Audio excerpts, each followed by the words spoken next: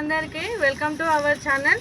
మన గార్డెన్లో పసుపు అయితే రెడీ అయ్యిందండి. మనము 8 మంత్స్ వరకు అయితే పెట్టుకుంటాం కదా. మే జూన్లో పెట్టిన పసుపు అయితే జనవరి ఫిబ్రవరి వరకు అయితే రెడీ అవుతుందండి. ఇదిగో చూడండి, ఇంత పెద్దగా అయ్యి మొత్తం వడిలిపోయింది అనమాట. ఇట్లా అయిందంటే మనకు పసుపు రెడీ అయినట్టు.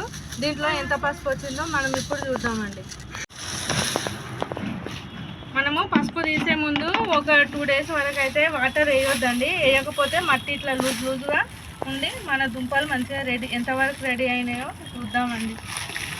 ఎందుకంటే భూమిలో పెట్టే ప్రతి దుంప మనకు కొంచెం తెలియదు కదా ఎంత సైజులో అయ్యింది అనేది. కాబట్టి చూద్దామండి ఎంత రెడీ అయిందో.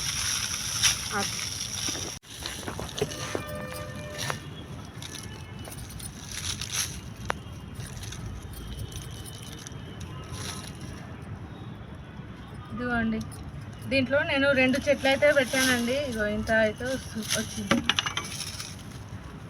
గార్డెన్లలో పసుపు కూడా చాలా ఈజీగా పెంచుకోవచ్చండి. ఇది ఎంత వచ్చిందో ఒకసారి చూద్దామండి. అన్ని దుంపలు తీద్దాం ఒకసారి.